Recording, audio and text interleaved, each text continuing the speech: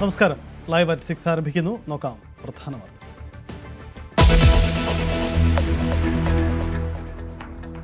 ആശങ്കയായി shigella വ്യാപനം. തിരുവനന്തപുരം കാട്ടാക്കട സ്വദേശിക്ക് രോഗം സ്ഥിരീകരിച്ചു. വയനാട്ടിൽ 7 കുട്ടികൾക്ക് കൂടി ഷിഗല്ല. കോഴിക്കോട്ടെ നിപ ബാധിതന്റെ നില അതീവ ഗുരുതരം.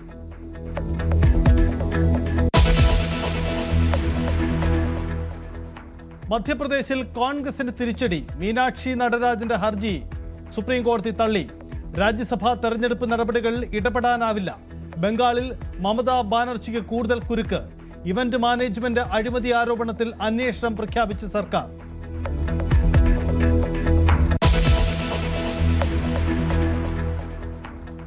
നീറ്റ് പരീക്ഷയിൽ സമഗ്രമാറ്റം. പരീക്ഷാ സമയം 15 മിനിറ്റ് നീട്ടി.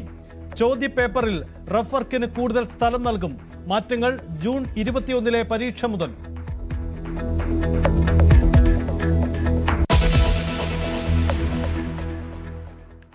ഷൂട്ടിംഗ് ഇതിഹാസം ജസ്പാൽ റാണയ്ക്ക് വിട. ഡൽഹിയിൽ ചികിത്സയിലിരിക്കെ അന്ത്യം. ഏഷ്യൻ ഗെയിംസിൽ സ്വർണ്ണ മെഡൽ നേടിയ ആദ്യ ഇന്ത്യൻ താരം. പരിശീലകനായും അഭിമാനകരമായ നേട്ടങ്ങൾ.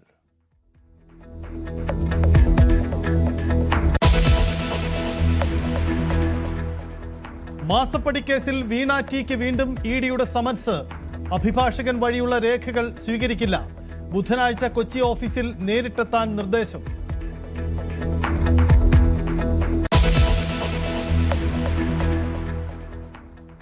നടിയെ ആക്രമിച്ച കേസിൽ ഹൈക്കോടതിയുടെ നിർണായക ഇടപെടൽ. അതിജീവിതയുടെ ഹർജി ഫയലിൽ സ്വീകരിച്ചു. മെമ്മറി കാർഡും പെൻഡ്രൈവും വിചാരണ കോടതിക്ക് കൈമാറണം.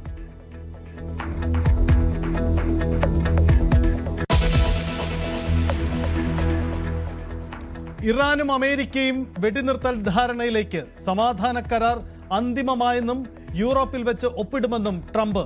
ഇറാന്റെ മരവിപ്പിച്ച ആസ്തികളിൽ ഒരു ഭാഗം US വിട്ടു നൽകിയേക്കും. ആണവ വിഷയങ്ങൾ സമാധാന കരാറിലില്ലെന്ന് റിപ്പോർട്ട്.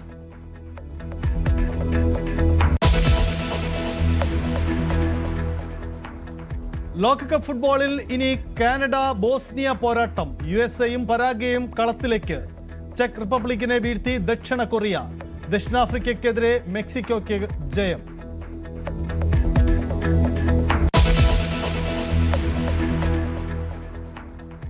കളി മതിയാക്കി കെയ്ൻ വില്യംസൺ. അന്താരാഷ്ട്ര ക്രിക്കറ്റിൽ നിന്നും കിവീസ് താരം വിരമിച്ചു. അവസാനിപ്പിച്ചത് 16 വർഷം നീണ്ട അതിശയകരമായ കരിയർ.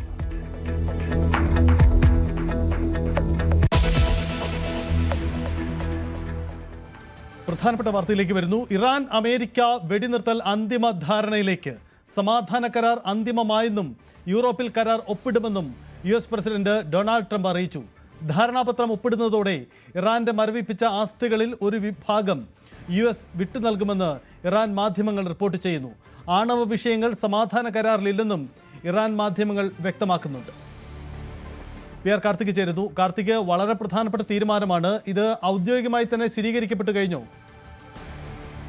സജിത്ത്, ഔദ്യോഗിക സ്ഥിരീകരണം വരേണ്ടതുണ്ട്. പക്ഷേ 14 നിർദ്ദേശങ്ങൾ ഉൾപ്പെട്ട ധാരണാപത്രത്തിന്റെ കരടാണ് ഇപ്പോൾ തയ്യാറായിരിക്കുന്നത് എന്നാണ് പുറത്തുവരുന്ന റിപ്പോർട്ടുകൾ.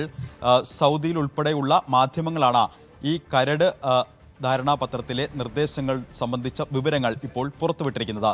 ഇതിൽ ഏറ്റവും പ്രധാനം 60 ദിവസത്തേക്ക് ആക്രമണമോ പ്രത്യാക്രമണമോ ഉണ്ടാകില്ല എന്ന ഉറപ്പിന്മേലാണ് ഈ ധാരണാപത്രം അന്തിമ ധാരണയിലേക്ക് കാര്യങ്ങൾ എത്തുന്നത്.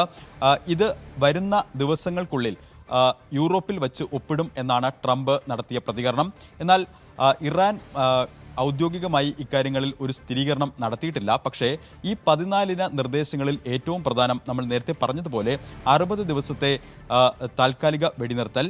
കേവലം ഒരു താൽക്കാലിക വെടിനിർത്തൽ എന്നതിനപ്പുറത്തേക്ക് ദീർഘകാലാടിസ്ഥാനത്തിൽ യുദ്ധം അവസാനിപ്പിക്കാൻ മുന്നോട്ട് വെച്ചിട്ടുള്ള നിർദ്ദേശങ്ങൾ എന്നാണ് ഇറാൻ മാധ്യമങ്ങൾ തന്നെ ഇപ്പോൾ റിപ്പോർട്ട് ചെയ്യുന്നത്. നിർദ്ദേശങ്ങൾ എന്തൊക്കെയെന്ന് റിപ്പോർട്ട് ചെയ്യുന്നില്ല. പക്ഷേ പുറത്തു വരുന്ന വിവരങ്ങൾ അനുസരിച്ച് 60 ദിവസത്തേക്ക് ആക്രമണങ്ങളോ പ്രത്യാക്രമണങ്ങളോ ഉണ്ടാകില്ല. ഈ കാലയളവിൽ സൈനിക നടപടികൾ പൂർണ്ണമായും ഇറാനും അമേരിക്കയും അവസാനിപ്പിക്കും. ഈ കാലയളവിൽ നിലവിലെ നിർദ്ദേശങ്ങൾ ലംഘിക്കുന്ന എന്തെങ്കിലും തരത്തിലുള്ള ആക്രമണങ്ങൾ ഉണ്ടായാൽ അക്കാര്യങ്ങൾ ചർച്ച ചെയ്യാനായി ഒരു സമിതിയെ രൂപീകരിക്കും. 2, ഈ 60 ദിവസത്തെ കാലയളവിനുള്ളിൽ അടുത്ത ഘട്ട ചർച്ചകൾ നടക്കും. അത് വിവിധ വിഷയങ്ങളിലാണ്. നമുക്കറിയാം ഫെബ്രുവരി 28-ന് ഈ യുദ്ധം ആരംഭിക്കുമ്പോൾ അമേരിക്ക ചൂണ്ടിക്കാണിച്ച പ്രധാനപ്പെട്ട വിഷയം ഇറാന്റെ പക്കൽ ആണവായുധമുണ്ടെന്നും ആ ആണവായുധം അവരുടെ പക്കൽ ഇരിക്കുന്നത് ലോകത്തിന് ഗുണം ചെയ്യില്ല എന്നും അതുകൊണ്ട് ഈ യുദ്ധം ആരംഭിക്കുന്നു എന്നുമാണ്. എന്നാൽ നിലവിൽ പുറത്തുവരുന്ന 14 നിർദ്ദേശങ്ങൾ ഉൾപ്പെടുത്തിയ ഈ ധാരണാപത്രത്തിന്റെ കരടിൽ ആണവ വിഷയങ്ങളുമായി ബന്ധപ്പെട്ട കാര്യങ്ങൾ ഒന്നുമില്ല എന്നാണ് ഇറാൻ മാധ്യമങ്ങൾ റിപ്പോർട്ട് ചെയ്യുന്നത്. അതായത് ഈ 60 ദിവസം ഘട്ടഘട്ടമായി പല ചർച്ചകൾ നടക്കും. അത് ആണവ വിഷയങ്ങളിൽ, മറ്റൊന്ന് ഇറാന്റെ മരവിപ്പിച്ച ആസ്തികൾ സംബന്ധിച്ച കാര്യങ്ങളിൽ, ഒപ്പം അവിടുത്തെ മറ്റു വിഷയങ്ങളിൽ, ഹോർമൂസ് അടക്കമുള്ള മറ്റ് വിഷയങ്ങളിൽ, ഈ വിഷയങ്ങളിലെല്ലാം തന്നെ ഘട്ടം ഘട്ടമായുള്ള ചർച്ച എന്നതാണ് ഈ 14 നിർദ്ദേശങ്ങൾ ഉൾപ്പെട്ട കരട് ധാരണാപത്രത്തിലെ ഒരു ഫോർമുല. അതിൽ ഏറ്റവും പ്രധാനം ഇറാൻ മാധ്യമങ്ങൾ ഏറ്റവും ഒടുവിൽ പുറത്തുവിടുന്ന വിവരങ്ങൾ അനുസരിച്ച് ഈ കരാർ ഒപ്പിടുമ്പോൾ തന്നെ, അതായത് ഈ ധാരണാപത്രത്തിൻ്റെ കരട് ഇരു ഭാഗങ്ങളും ഒപ്പിടുമ്പോൾ തന്നെ മരവിപ്പിച്ച ആസ്തികളിൽ ഒരു ഭാഗം അമേരിക്ക വിട്ടു നൽകാൻ തയ്യാറാകും എന്ന് ഇപ്പോൾ ഇറാൻ മാധ്യമങ്ങൾ റിപ്പോർട്ട് ചെയ്യുന്നു. അതായത് $24 ബില്യൺ ആദ്യഘട്ടത്തിൽ തന്നെ ഇറാന് വിട്ടു നൽകാൻ US തയ്യാറാകും എന്ന രീതിയിലുള്ള റിപ്പോർട്ടുകളാണ് പുറത്തു വരുന്നത്. അതായത് ഏതാണ്ട് ഇന്ത്യൻ രൂപയിൽ പറഞ്ഞാൽ 2 ലക്ഷത്തിലധികം കോടി വരും. അത് ആദ്യഘട്ടത്തിൽ തന്നെ വിട്ടു നൽകിക്കൊണ്ടുള്ള ഒരു നിർദ്ദേശമാണ് ഈ ധാരണാപത്രത്തിൽ ഉള്ളത്. മറ്റൊന്ന് ഹോർമൂസ് കടലിടുക്കുമായി ബന്ധപ്പെട്ട കാര്യങ്ങളാണ്. ഹോർമൂസ് കടലിടുക്കിൻ്റെ പരമാധികാരം അത് വിട്ടു നൽകില്ല എന്ന് ഇറാൻ വ്യക്തമാക്കുന്നു. പക്ഷെ അപ്പോഴും ചില ചർച്ചകൾക്ക് ഇറാൻ തയ്യാറാകുന്നു. അതായത് ഈ ഹോർമൂസിൻ്റെ പരമാധികാരം വിട്ടു നൽകില്ല എങ്കിൽ കൂടിയും ഹോർമൂസ് കടലിടുക്കിലൂടെയുള്ള ഗതാഗതവും അതിൻ്റെ മറ്റ് കാര്യങ്ങളും അത് മോണിറ്റർ ചെയ്യുന്നതിനായി ഒമാൻ ഉൾപ്പെടെയുള്ള രാജ്യങ്ങളെ ഉൾപ്പെടുത്തിക്കൊണ്ടുള്ള ഒരു സമിതി രൂപീകരിക്കുമെന്നും ഈ സമിതിയുടെ മേൽനോട്ടത്തിൽ തുടർ കാര്യങ്ങൾ തീരുമാനിക്കും എന്നുമൊക്കെയാണ് ധാരണാപത്രത്തിലെ നിർദ്ദേശങ്ങളിൽ ഉള്ളത്. മറ്റൊന്ന്, നമ്മൾ നേരത്തെ പറഞ്ഞതുപോലെ അമേരിക്ക വർഷങ്ങളായി ഇറാന്റെ വലിയ തോതിലുള്ള ആസ്തികൾ മരവിപ്പിച്ച് വച്ചിരിക്കുകയാണ്. അത് വലിയ തരത്തിലുള്ള സാമ്പത്തിക പ്രതിസന്ധി രാജ്യത്തുണ്ടാക്കി. ഇറാന്റെ അവരുടെ നാണയത്തിന് വിലയില്ലാതെയായി. അത്തരത്തിൽ ഇറാൻ റിയാലിന് വിലയില്ലാതായ ഒരു ഘട്ടത്തിലാണ് വലിയ പ്രതിസന്ധി ആ രാജ്യം നേരിട്ടത്. അതടക്കമുള്ള കാര്യങ്ങളിൽ ആദ്യഘട്ടത്തിൽ തന്നെ വിട്ടുവീഴ്ചകൾക്ക് തയ്യാറാകുന്നു. അതായത് ഒരു ഭാഗം അസറ്റ്, അതായത് ഏതാണ്ട് 2 ലക്ഷത്തിലധികം കോടി രൂപ ആദ്യഘട്ടത്തിൽ തന്നെ വിട്ടു നൽകും. തുടർന്ന് ഘട്ടം ഘട്ടമായി മരവിപ്പിച്ച ആസ്തികൾ സംബന്ധിച്ച ചർച്ചകൾ നടക്കും. എന്തായാലും ഇക്കാര്യങ്ങളിൽ, അതായത് ഈ 14 നിർദ്ദേശങ്ങളുമായി ബന്ധപ്പെട്ട ഔദ്യോഗിക സ്ഥിരീകരണം ഇരുഭാഗത്തു നിന്നും ഉണ്ടായിട്ടില്ല. പക്ഷേ ഇന്നലെ വൈകിട്ട് ഉണ്ടായ സ്ഥിതി നമുക്ക് ഓർമ്മയുണ്ട്. അതായത് ഇറാനുമേൽ ഇന്ന് രാത്രി കടുത്ത ആക്രമണം നടത്തുമെന്നും ഇറാൻ ഇതുവരെ കണ്ടിട്ടില്ലാത്ത രീതിയിൽ ഉള്ള ആക്രമണമായിരിക്കും നടക്കാൻ പോവുക എന്നുമായിരുന്നു ട്രംപ് നൽകിയ മുന്നറിയിപ്പ്. തൊട്ടു പിന്നാലെ 1 മണിക്കൂറിന് ശേഷം ആ ആക്രമണം അവസാനിപ്പിക്കാൻ, അല്ലെങ്കിൽ അത് വേണ്ട എന്നൊരു നിർദ്ദേശം ട്രംപ് നൽകുകയും ചെയ്തു.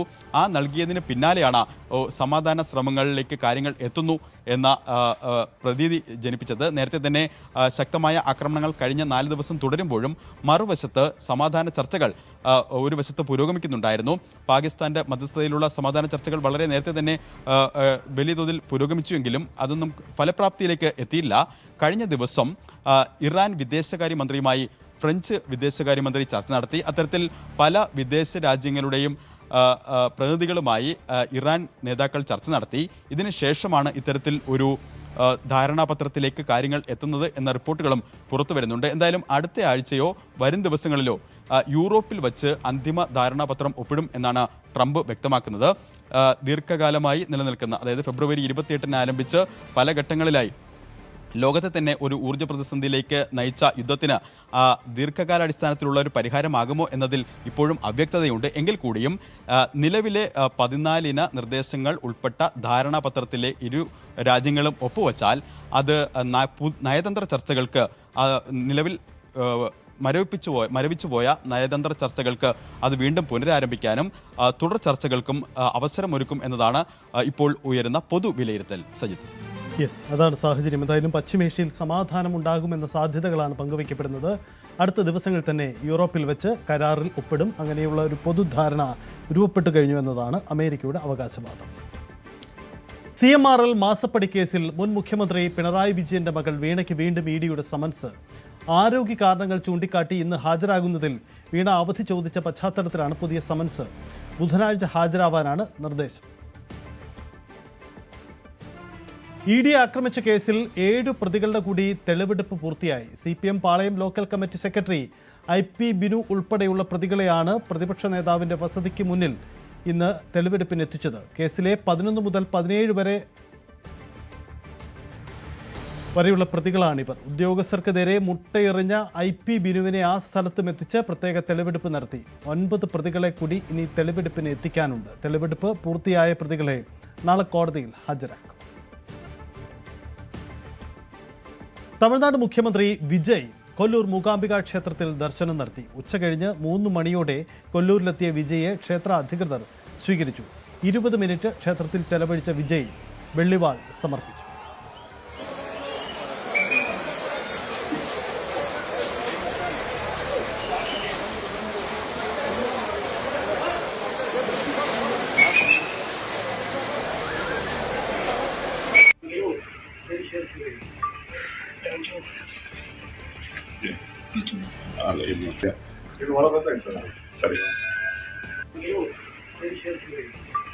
ദർശനത്തിന് ശേഷം സ്വയം വാഹനമോടിച്ചാണ് കൊല്ലൂരിൽ നിന്നും വിജയ് മടങ്ങിയത്.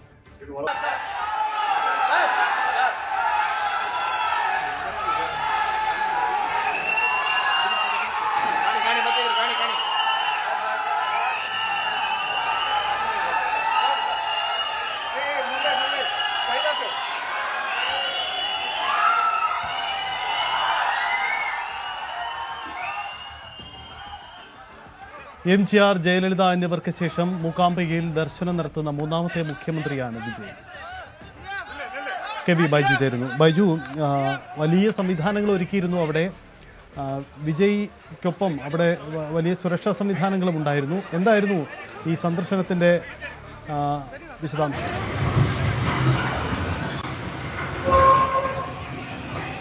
സൈത്തെ, പ്രധാനമായും ഈ ക്ഷേത്ര ദർശനം മാത്രമായിരുന്നു ഇന്നത്തെ സന്ദർശനം കൊണ്ട് ഉദ്ദേശിച്ചിരുന്നത്. അതല്ലാതെ വലിയ തോതിലുള്ള ചണ്ഡിക ഹോമം പോലുള്ള അത്തരം പൂജകളിലേക്കൊന്നും വിജയ് കടന്നില്ല. സാധാരണ യേശുദാസൊക്കെ അദ്ദേഹത്തിന്റെ പിറന്നാൾ മൂകാംബിക എത്താറുണ്ട്.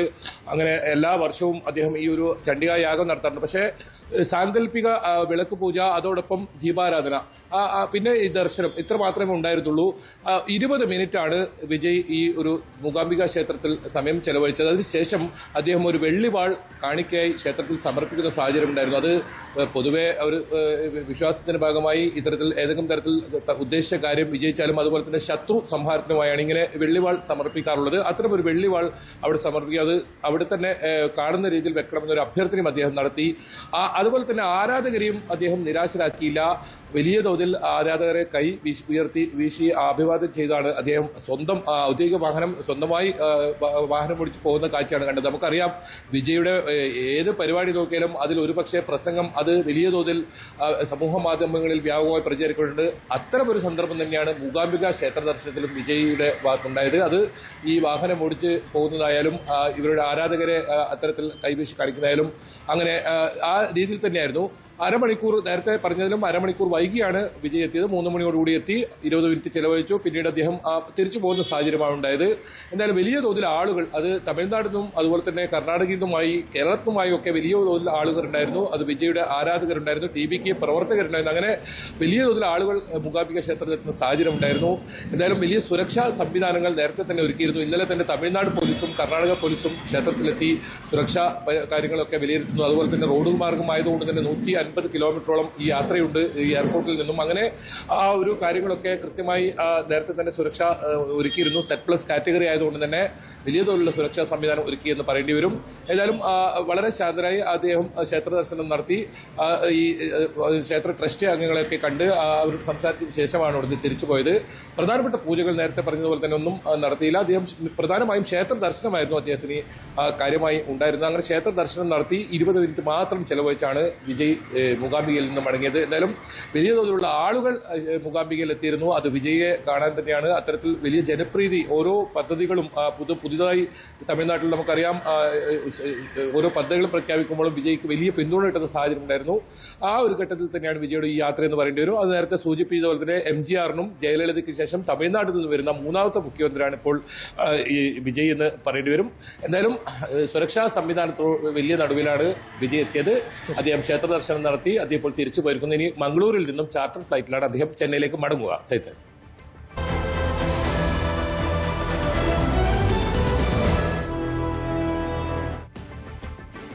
നിപയ്ക്കൊപ്പം ആശങ്കയായി സംസ്ഥാനത്ത് ഷിഗല്ല വ്യാപനവും. തിരുവനന്തപുരം കാട്ടാക്കട സ്വദേശിക്ക് രോഗം സ്ഥിരീകരിച്ചു. കൊല്ലത്ത് ഇന്നലെ 2 വിദ്യാർത്ഥികൾക്കും ഷിഗല്ല സ്ഥിരീകരിച്ചിരുന്നു. വയനാട് 7 കുട്ടികൾ കൂടി രോഗബാധിതരാണ്. ഇതോടെ ജില്ലയിൽ ഷിഗല്ല സ്ഥിരീകരിച്ച ആകെ കുട്ടികളുടെ എണ്ണം 16ആയി. പകർച്ചവ്യാധി നിരീക്ഷണവും പ്രതിരോധ നിയന്ത്രണ ബോധവൽക്കരണ പ്രവർത്തനങ്ങളും ജില്ലയിൽ ശക്തമാക്കിയതായി ജില്ലാ മെഡിക്കൽ ഓഫീസർ KT രേഖ അറിയിച്ചു. നിലവിൽ രോഗം സ്ഥിരീകരിച്ച 16 കുട്ടികളുടെയും ആരോഗ്യനില തൃപ്തികരമാണെന്ന് DMO അറിയിച്ചു. കോഴിക്കോട് മെഡിക്കൽ കോളേജ് ആശുപത്രിയിൽ നിപ ബാധിച്ചു കഴിയുന്ന ഫറൂഖ് സ്വദേശിയുടെ നില അതീവ ഗുരുതരമായി തുടരുകയാണ്. ഇപ്പോഴും വെന്റിലേറ്ററിന്റെ സഹായത്തോടെയാണ് ജീവൻ നിലനിർത്തുന്നത്. രോഗലക്ഷണങ്ങൾ കാണിച്ചത് മുതൽ ഇയാൾ സഞ്ചരിച്ച സ്ഥലങ്ങളുടെ റൂട്ട് മാപ്പ് ഇന്നലെ പുറത്തുവിട്ടിരുന്നു. കൂടുതലും ആശുപത്രികളും ക്ലിനിക്കുകളിലുമാണ് എത്തിയിട്ടുള്ളത്. അതുകൊണ്ട് തന്നെ സമ്പർക്ക പട്ടികയിൽ 58 പേർ ആരോഗ്യ പ്രവർത്തകർ. നിപ പരിശോധനാ ഫലം സംബന്ധിച്ച് കോഴിക്കോട് ജില്ലാ കളക്ടറുമായി ആശയക്കുഴപ്പമുണ്ടായിട്ടില്ലെന്ന് മന്ത്രി K മുരളീധരൻ. 5 മണിക്ക് കളക്ടറുമായി സംസാരിച്ചിട്ടാണ് താൻ വാർത്താ സമ്മേളനം നടത്തിയത്. അതുവരെ പൂനെയിൽ നിന്നുള്ള റിപ്പോർട്ട് വന്നിട്ടില്ല. കളക്ടർക്ക് റിപ്പോർട്ട് കിട്ടുമ്പോൾ മന്ത്രിയെ അറിയിക്കേണ്ടതാണ്. പുതിയ കളക്ടറാണ്, പരിചയക്കുറവുണ്ട്. വാർത്താ സമ്മേളനത്തിന് ശേഷമാണ് തന്നെ കളക്ടർ കാര്യങ്ങൾ അറിയിച്ചതെന്നും മന്ത്രി പറഞ്ഞു. നീറ്റ് പരീക്ഷയിൽ മാറ്റങ്ങളുമായി നാഷണൽ ടെസ്റ്റിംഗ് ഏജൻസി. പരീക്ഷാ സമയം 15 മിനിറ്റ് കൂടി നീട്ടി. വൈകിട്ട് 2 മണി മുതൽ 5:15 വരെയാണ് പരീക്ഷ. വിദ്യാർത്ഥികൾക്ക് റഫ് വർക്കിന് ചോദ്യപേപ്പർ ബുക്ക്ലെറ്റിൽ കൂടുതൽ സ്ഥലം ഉണ്ടാകും. ജൂൺ 21 നടക്കുന്ന പരീക്ഷ മുതൽ പുതിയ മാറ്റങ്ങൾ നിലവിൽ വരും. മധ്യപ്രദേശിലെ രാജ്യസഭാ സ്ഥാനാർത്ഥിത്വം നിഷേധിച്ചതിനെതിരെ മീനാക്ഷി നടരാജൻ സമർപ്പിച്ച ഹർജി സുപ്രീം കോടതി തള്ളി. ഫലം പ്രഖ്യാപിച്ചതിനാൽ ഇപ്പോൾ ഇടപെടാനാവില്ല എന്ന് കോടതി നിരീക്ഷിച്ചു. തെരഞ്ഞെടുപ്പ് ഹർജിയായി മധ്യപ്രദേശ് ഹൈക്കോടതിയെ സമീപിക്കാമെന്നാണ് കോടതി വ്യക്തമാക്കിയത്. വിഷയത്തിൽ തെരഞ്ഞെടുപ്പ് കമ്മീഷൻ മൗനം പാലിച്ചെന്ന് മീനാക്ഷി നടരാജന്റെ അഭിഭാഷകൻ കോടതിയിൽ വാദിച്ചു. തെലങ്കാന കോടതിയിൽ നിലനിൽക്കുന്ന കേസിന്റെ വിശദാംശങ്ങൾ പത്രികയിൽ ഉൾപ്പെടുത്തിയിട്ടില്ലെന്ന് കാട്ടിയാണ് BJP സ്ഥാനാർത്ഥി മഹേഷ് കേവത്ത് നൽകിയ പരാതിയാണ് റിട്ടേണിംഗ് ഓഫീസർ മീനാക്ഷി നടരാജന്റെ പത്രിക തള്ളിയാൻ ഇടവച്ചത്. മമതാ ബാനർജിക്ക് കൂടുതൽ കുരുക്ക്. മമതാ സർക്കാർ ഇവന്റ് മാനേജ്മെന്റ് കമ്പനിക്ക് വഴിവിട്ട് സഹായം നൽകിയെന്നാരോപിച്ച് BJP സർക്കാർ അന്വേഷണം പ്രഖ്യാപിച്ചു. ബംഗാൾ ഗ്ലോബൽ ബിസിനസ് സമ്മിറ്റിനായി 635 കോടി രൂപ ഒരു ഇവന്റ് മാനേജ്മെന്റ് കമ്പനിക്ക് നൽകിയതിൽ അഴിമതിയുണ്ടെന്നാണ് ആരോപണം. കള്ളപ്പണം വെളുപ്പിക്കൽ ഇതിന്റെ മറവിൽ നടന്നിട്ടുണ്ടോ എന്ന് അന്വേഷിക്കുമെന്നും ബംഗാൾ മുഖ്യമന്ത്രി സുവേന്ദു അധികാരി വ്യക്തമാക്കി. പശ്ചിമ ബംഗാളിൽ മമതാ ബാനർജിക്കെതിരെ കടുത്ത നീക്കവുമായി വിമത MPമാരുടെ നേതാവ് കക്കോലി ഘോഷ്. മമതയുടെ പിന്തുണയോടെ രാജ്യസഭയിലെത്തിയ അഹമ്മദ് ഹസൻ ഇമ്രാന് തീവ്രവാദ ബന്ധമുണ്ടെന്നാണ് ആരോപണം. ബംഗ്ലാദേശിലെ തീവ്രവാദ ഗ്രൂപ്പുകളുമായുള്ള ഇമ്രാന്റെ ബന്ധം അന്വേഷിക്കണമെന്ന് പശ്ചിമ ബംഗാൾ മുഖ്യമന്ത്രിക്കും വിദേശകാര്യമന്ത്രിക്കും അയച്ച കത്തിൽ ഇവർ ആവശ്യപ്പെട്ടു. രാജ്യസുരക്ഷ സംബന്ധിച്ച് തന്ത്രപ്രധാനമായ ചിക്കൻ നെക്ക് മേഖലയിൽ സുരക്ഷാ സേനയ്ക്ക് താവളമൊരുക്കാൻ മമതാ സർക്കാർ സ്ഥലം വിട്ടു നൽകാത്തത് ബോധപൂർവമാണെന്നും ഇവർ ആരോപിച്ചു. ഇന്ത്യൻ ഷൂട്ടിംഗ് ഇതിഹാസം ജസ്പാൽ റാണ അന്തരിച്ചു. ഡൽഹിയിലെ മാക്സ് ആശുപത്രിയിൽ ചികിത്സയിലിരിക്കെയാണ് അന്ത്യം. 49 വയസ്സായിരുന്നു. ജർമ്മനിയിലെ മ്യൂണിക്കിൽ നടന്ന ISF ലോകകപ്പിനിടെ ദേഹാസ്വാസ്ഥ്യം അനുഭവപ്പെട്ടിരുന്നു. തുടർന്ന് നാട്ടിലെത്തിയതിന് പിന്നാലെയാണ് മരണം സംഭവിച്ചത്. ഷൂട്ടിംഗിൽ ഇന്ത്യയുടെ ഇതിഹാസ താരമായിരുന്നു ജസ്പാൽ. രാജ്യത്തിനായി ഒട്ടേറെ ചാമ്പ്യൻഷിപ്പുകളിൽ ജസ്പാൽ മെഡലുകൾ വാരിക്കൂട്ടി. കോമൺവെൽത്ത് ഗെയിംസ് ചരിത്രത്തിലെ തന്നെ മികച്ച അത്ലറ്റുകളിൽ ഒന്നാണ് ജസ്പാൽ. 2006 ദോഹ ഏഷ്യൻ ഗെയിംസിലെ ജസ്പാലിന്റെ പ്രകടനം ശ്രദ്ധേയമായിരുന്നു. 3 സ്വർണ്ണ മെഡൽ സ്വന്തമാക്കിയ ജസ്പാൽ അന്ന് 25 മീറ്റർ എയർ പിസ്റ്റളിൽ ലോക റെക്കോർഡ് നേട്ടത്തിനൊപ്പവുമെത്തി. 94 19-ാം വയസ്സിൽ അർജുന അവാർഡ് നേടിയ അതുല്യ പ്രതിഭ. 97 22-ാം വയസ്സിൽ സ്വപ്നതുല്യ അംഗീകാരമായി പത്മശ്രീ പുരസ്കാരം. 2020 ദ്രോണാചാര്യ അവാർഡും തേടിയെത്തി. ഷൂട്ടിംഗിൽ വനിതാ താരം മനു ഭക്കർ അഭിമാനാർഹമായ നേട്ടങ്ങൾ വെട്ടിപ്പിടിക്കുന്നതിന് പിന്നിൽ ജസ്പാലിന്റെ പരിശീലനമായിരുന്നു. പാരീസ് ഒളിമ്പിക്സിൽ ഇന്ത്യക്കായി 2 മെഡലുകൾ മനു ഭക്കർ നേടുന്നതും ജസ്പാലിന് കീഴിൽ പരിശീലിച്ചപ്പോഴാണ്. News desk, news 18.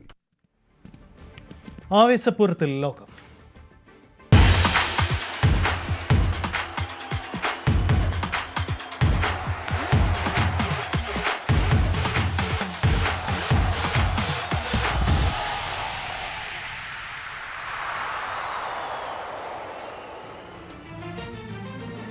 ലോകകപ്പ് ഫുട്ബോളിലെ രണ്ടാം മത്സരത്തിൽ ചെക്ക് റിപ്പബ്ലിക്കിനെ തോൽപ്പിച്ച് ദക്ഷിണ കൊറിയ. ആദ്യം ഗോൾ നേടിയത് ചെക്കിയയാണ്. 59-ാം മിനിറ്റിലാണ് ചെക്കിയുടെ ഗോൾ പിറന്നത്. ലാദിസ്ലാവ് കേച്ചി ഗോൾ സ്കോററായിരുന്നു. പന്തടക്കത്തിലും ഷോട്ടുകളിലും മുന്നിൽ നിന്നത് ദക്ഷിണ കൊറിയ ആണെങ്കിലും കളിയുടെ ഗതിക്ക് വിപരീതമായിട്ടായിരുന്നു ആദ്യ ഗോൾ പിറന്നത്. എന്നാൽ 67-ാം മിനിറ്റിൽ ഏഷ്യൻ ടീം ഗോൾ മടക്കി. 67-ാം മിനിറ്റിൽ ഹാങ് ഇൻ ബിയോമും 80-ാം മിനിറ്റിൽ ഹോൻ ഗ്യൂവുമാണ് ഗോൾ സ്കോറർമാർ.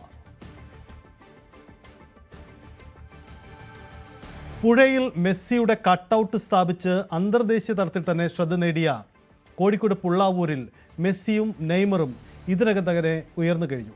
അർജന്റീന ടീമിനെ ഒന്നടങ്കം ഗ്രൗണ്ടിൽ അണിനിരത്തിയാണ് സംഘാടകരുടെ പുതിയ സർപ്രൈസ് ഐറ്റം.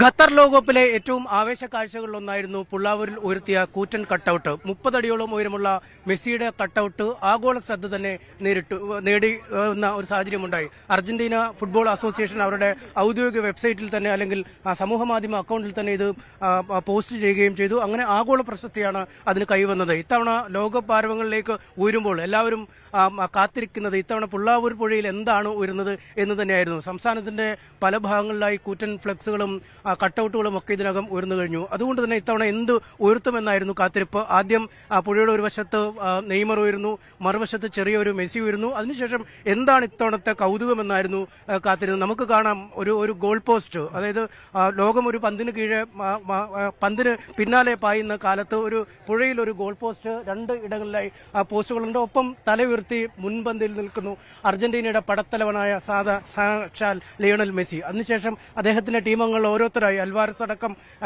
മാർട്ടിനസ്, ഒപ്പം സ്കോളാരി, കഴിഞ്ഞ തവണത്തെ വിജയത്തിന്റെ ചുക്കാൻ പിടിച്ച ആശാൻ, ഇവരെല്ലാം അണിനിരക്കുന്ന ഒരു കാഴ്ച അല്ലേ? എന്താണ് ഇങ്ങനൊരു തന്ത്രത്തിലേക്ക് എല്ലാവരും ആകാംക്ഷയോടെ കാത്തിരിക്കുകയായിരുന്നു. ഇത്തവണ പുള്ളാവൂർ പുഴയിൽ എന്താണ് ഉയരുന്നതെന്ന്. അതെ, അത് കഴിഞ്ഞ പ്രാവശ്യം നമ്മൾ ചെയ്തത് മെസ്സിയുടെ മാത്രം ഫോക്കസ് ചെയ്തുകൊണ്ടായിരുന്നു.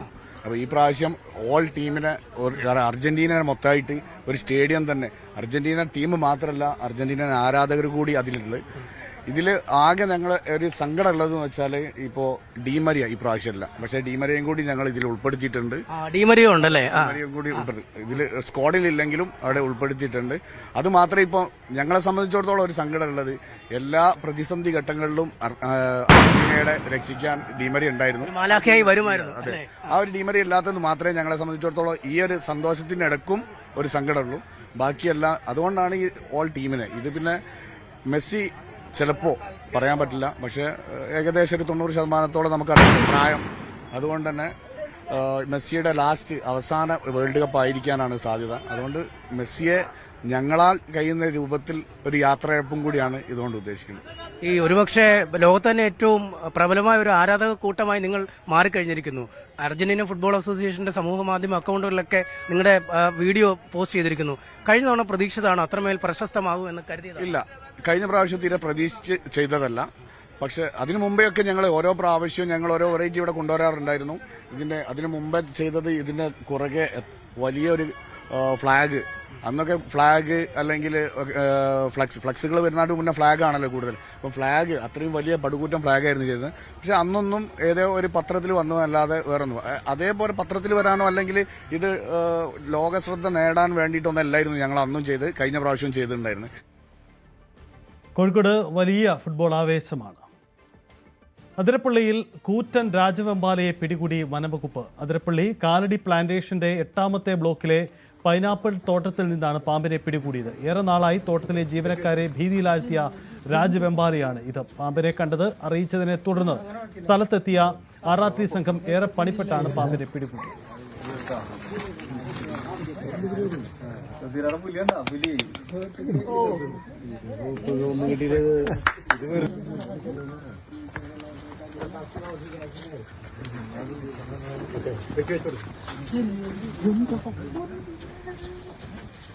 അങ്ങനെ വയ്ക്കില്ല.